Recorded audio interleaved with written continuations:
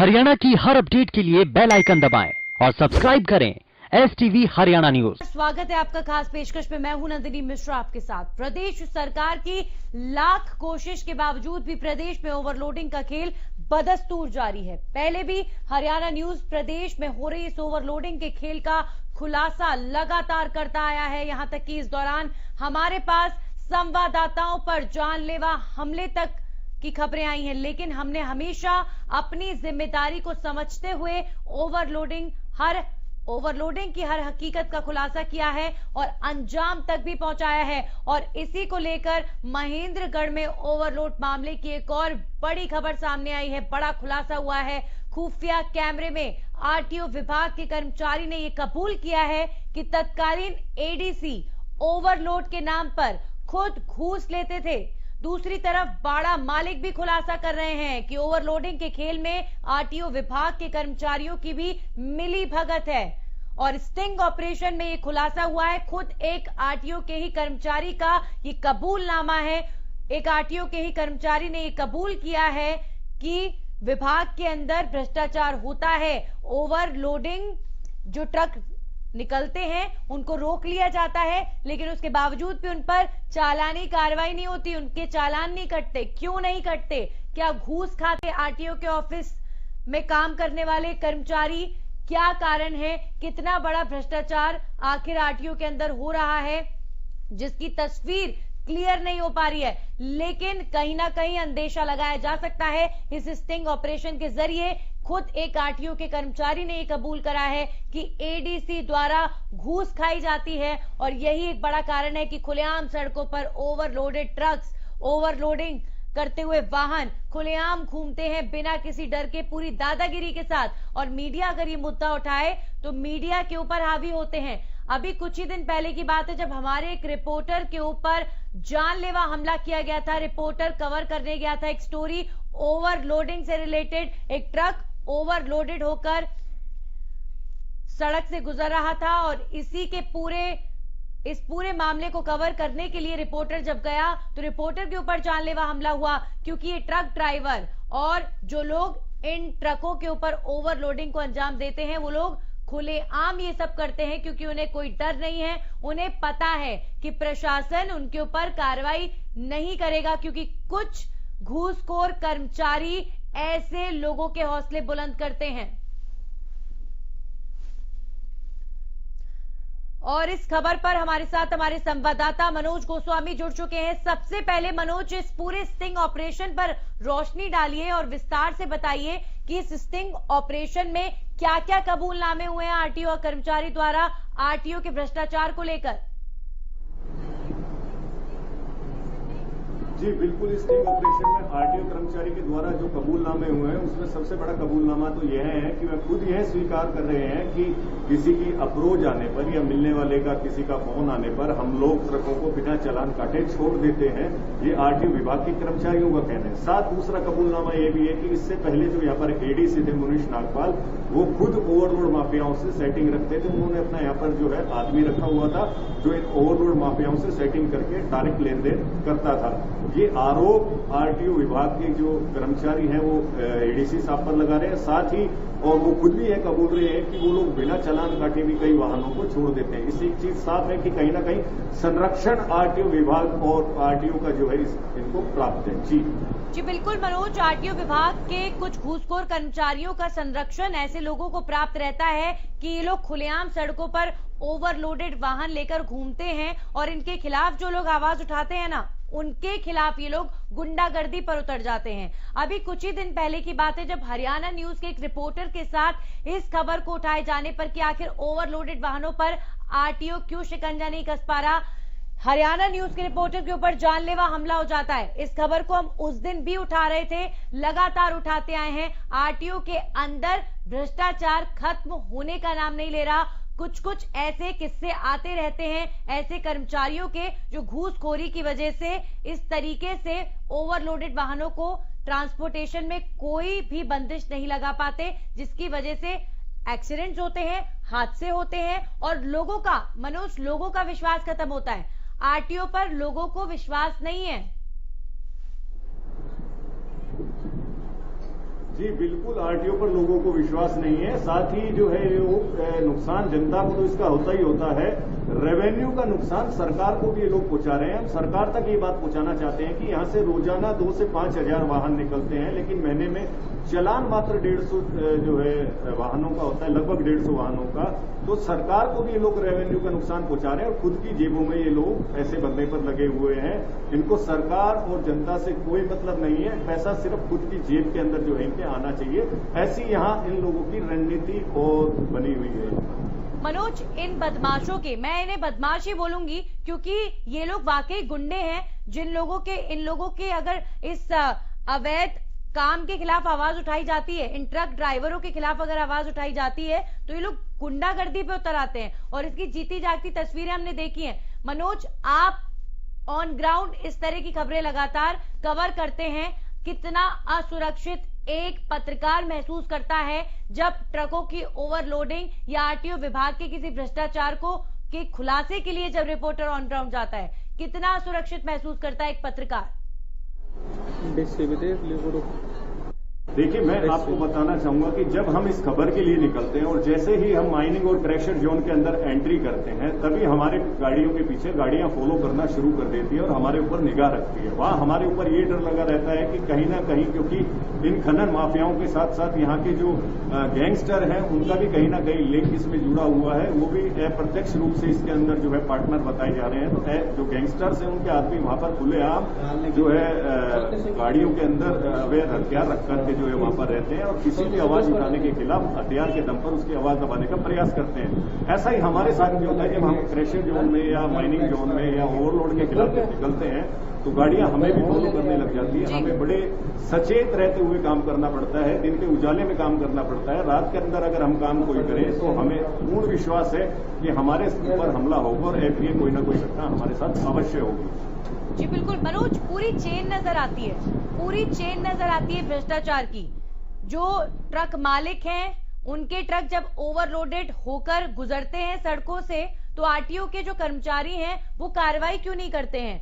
RTO में सिर्फ 1 या 2 अगर घूसखोर कर्मचारी इन लोगों से घूसखोरी कर रहे हैं तो ये सारे जो कर्मचारी सड़कों पर तैनात रहते हैं वो कार्रवाई क्यों नहीं करते? कहीं ना कहीं एक इनका जो ऑफिसर होता है वो पूरी चेन बनाता है और जिन लोगों की ड्यूटी सड़कों पर लगती है उनको भी कहीं ना कहीं हिस्सा मिलता होगा और इनको जो आरटीओ ऑफिसर्स होते हैं जो घूस लेते हैं वो किससे ले रहे हैं? ये पूरी चेन है।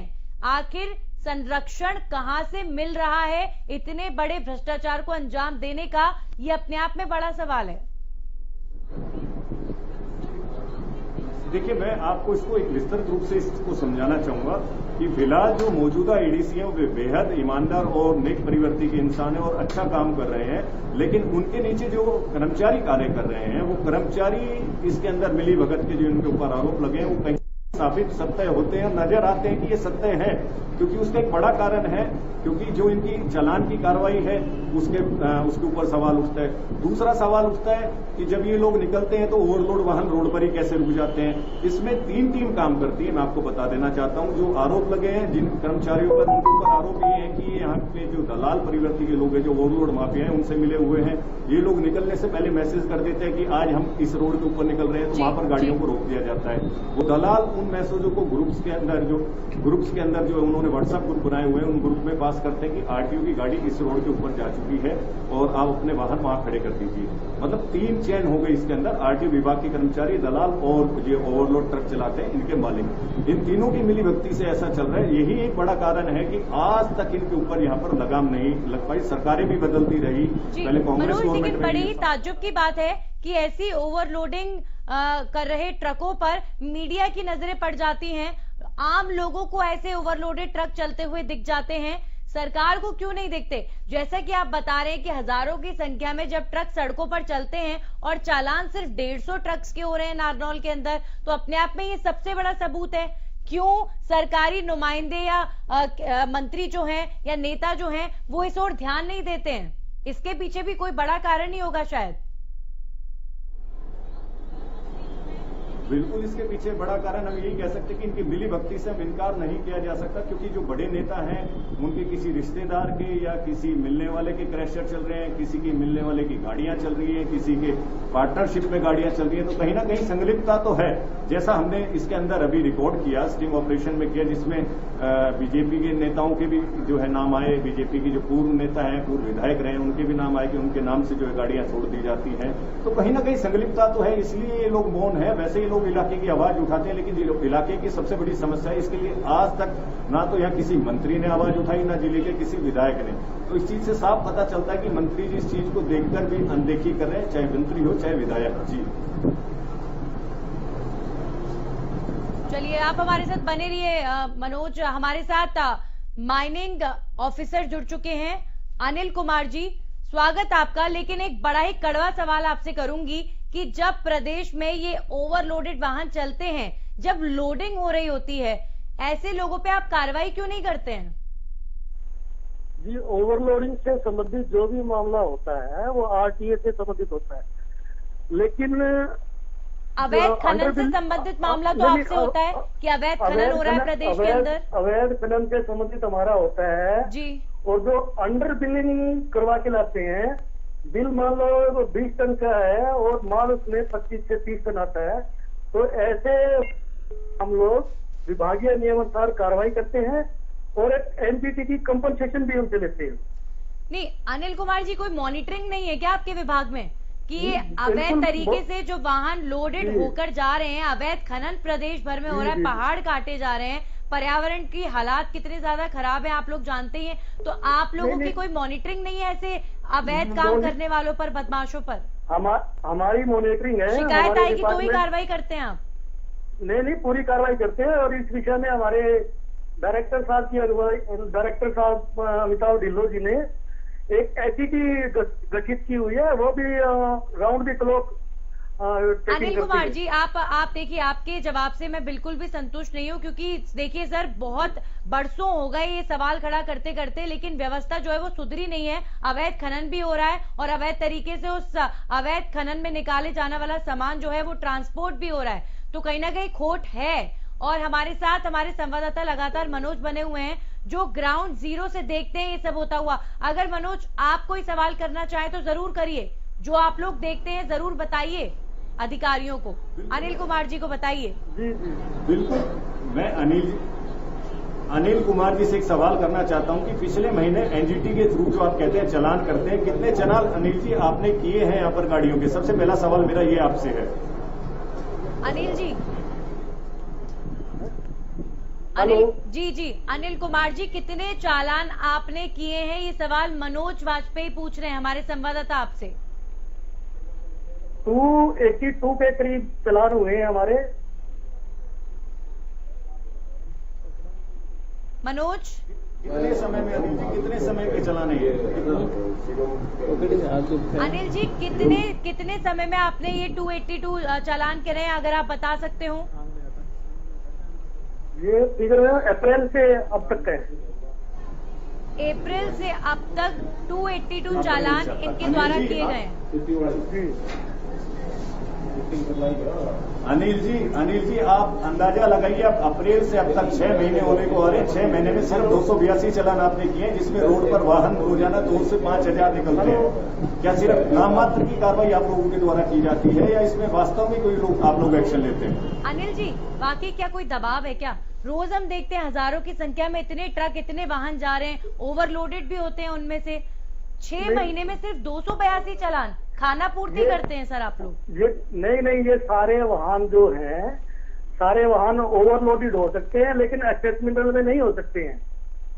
इनके पास प्रॉपर बिल होते हैं और जितने का बिल होता है उतना ही माल होता है। अगर कोई वायलेशन पाई जाती है तो हम उनको विभागीय नियमानुसार कार्रवाई करते हैं। सर, ये जो रिप्लाई होता है विभागों की ओर से, ये जो जवाब होता है ना, डाइजेस्ट नहीं होता, क्योंकि जो जमीन पर हकीकत होती है वो होती है ओवरलोडेड वाहनों की, अवैध खनन की, और जो लाइसेंस या जो चालान काटे जाते हैं वो ऐसी संख्या आप लोग बताते हैं कि बहुत शौक करने वाली ये आंकड़ा होता है कि 6 महीने में सिर्फ 282 चालान काटे गए हैं, मात्र 282 चालान काटे गए हैं अवैध खनन के खिलाफ। अवैध खनन मैडम अलग सेपरेट इशू है, एक्सेस मिनरल अलग सेपरेट इशू है। तो आप एक बार सर बता दीजिए, आप ही जस्टिफाई कर दीजिए कि आपका जो जवाब है उसको हम सही कैसे मान लें। चालानी कार्रवाई ट्रकों पर हो चाहे उन लोगों पर हो जो अवैध खनन कर रहे हैं। अवैध खनन वालों पे भी कार्रवाई होती है, लगातार हमारी टीम पेट्रोलिंग करती है, हमारी स्पेशल इंफोर्समेंट टीम भी औचक निरीक्षण करती रहती है। और अभी हाल में ही एक स्टिंग ऑपरेशन हुआ है, एक स्टिंग ऑपरेशन हुआ है। उस स्टिंग ऑपरेशन के अंदर एक आरटीओ का कर्मचारी साफ कहता हुआ नजर आ रहा है कि भ्रष्टाचार होता है, घूस ली जाती है आरटीओ के कर्मियों द्वारा और ओवरलोडेड जो ट्रक होते हैं उन पर चालानी कार्रवाई नहीं की जाती। चलिए चालानी कार्रवाई नहीं करते वो लोग, आरटीओ विभाग में खोट है, लेकिन ये ओवरलोडेड जो ट्रक होते हैं ये अवैध खनन से ही तो ओवरलोडेड होते होंगे ना सर। ओवरलोडिंग मैंने बताया ना, जो कैपेसिटी रजिस्ट्रेशन में कैपेसिटी होती है वो अधिकार क्षेत्र आरटीए सेक्रेटरी आरटीए का होता है, हमारे नहीं होता। चलिए आप बने रहिए हमारे साथ। मनोज एक बार आप कुछ कहना चाह रहे हैं, जरूर कहिए अपनी बात।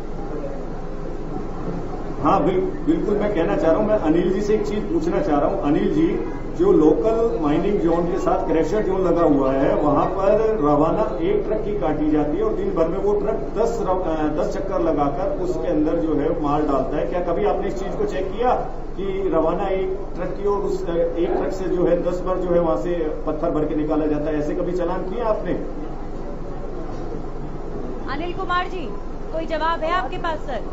आवाज क्लियर नहीं आई है। मैं उस सवाल को रिपीट कर देती हूँ कि परमिशन एक ट्रक की होती है, जब पत्थरों को लोड करना होता है तो एक ट्रक की परमिशन होती है। वो एक ट्रक 10 चक्कर लगाकर लोडिंग करता है और उन पत्थरों को पहुंचाता है। तो वो एक ट्रक जो 10 चक्कर करके अवैध काम करता है, क्या इनके खिलाफ कभी कोई कार्रवाई करी है आपने?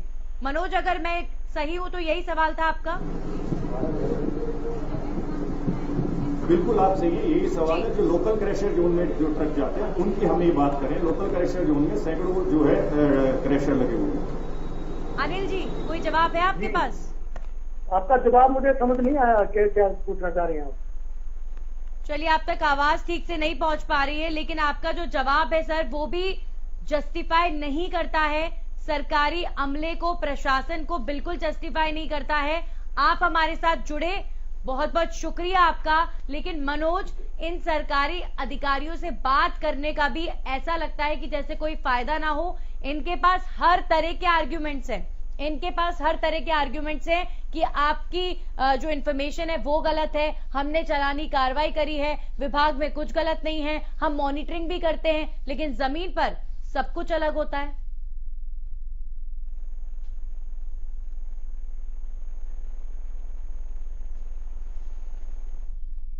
कि ये लोग किस प्रकार मिली भक्ति से यहाँ पर काम चल रहा है। यहाँ रॉयल्टी की भी चोरी की जा रही है, यहाँ टैक्स की भी चोरी की जा रही है, यहाँ हर तरीके से चोरी की जा रही है, लेकिन यहाँ शायद जो संबंधित विभाग है किसी को यह चीज नजर नहीं आ रही। जी बिल्कुल बिल्कुल, जाहिर तौर पर मनोज, ये जो पूरी खबर है, देखिए ये कोई छोटा मामला नहीं है और जो इस वक्त हमें दर्शक देख पा रहे हैं उनसे भी मैं यही कहना चाहूंगी कि आम लोगों पर चालानी कार्रवाई भी होती है, आम लोगों से टैक्स भी लिया जाता है और आम लोगों पर ही पुलिस का, प्रशासन का डंडा चल पाता है। लेकिन ये जो इस तरह के लोग होते हैं जो गैर कानूनी काम करते हैं मनोज, और धड़ल्ले से करते हैं, खुलेआम करते हैं, प्रशासन का, पुलिस का डंडा इनके ऊपर नहीं चलता क्योंकि घूसखोर बैठे हुए हैं। बिल्कुल नहीं, बिल्कुल नहीं चलता। इसकी आज हम आपको जो है रात में जो है रिपोर्टिंग करेंगे, रात में ग्राउंड रिपोर्टिंग करके आपको बाकायदा दिखाएंगे कि कैसे ट्रक्स हजारों की संख्या में लगातार लाइन में निकलते हैं और शहर के मेन चौराहे से निकलते हैं। उसके बाद फिर कल हम इस मुद्दे को उठाएंगे और बिल्कुल मनोज, बहुत ज्यादा जरूरी भी है। अगर सरकारी अमला, सरकारी नुमाइंदे, प्रशासनिक अधिकारी भूल गए हैं अपनी ड्यूटी, तो हम अपनी ड्यूटी तो जरूर करेंगे। बिल्कुल मनोज, और वाकई सलाम है उन तमाम पत्रकारों के इस साहस का कि इतनी ज्यादा असुरक्षा के बीच भी वो इस तरह की खबरों को कवर करते हैं। बहुत बहुत शुक्रिया आपका। इसी के साथ ही खास पेशकश में फिलहाल के लिए इतना ही। बने रहिए हरियाणा न्यूज के साथ।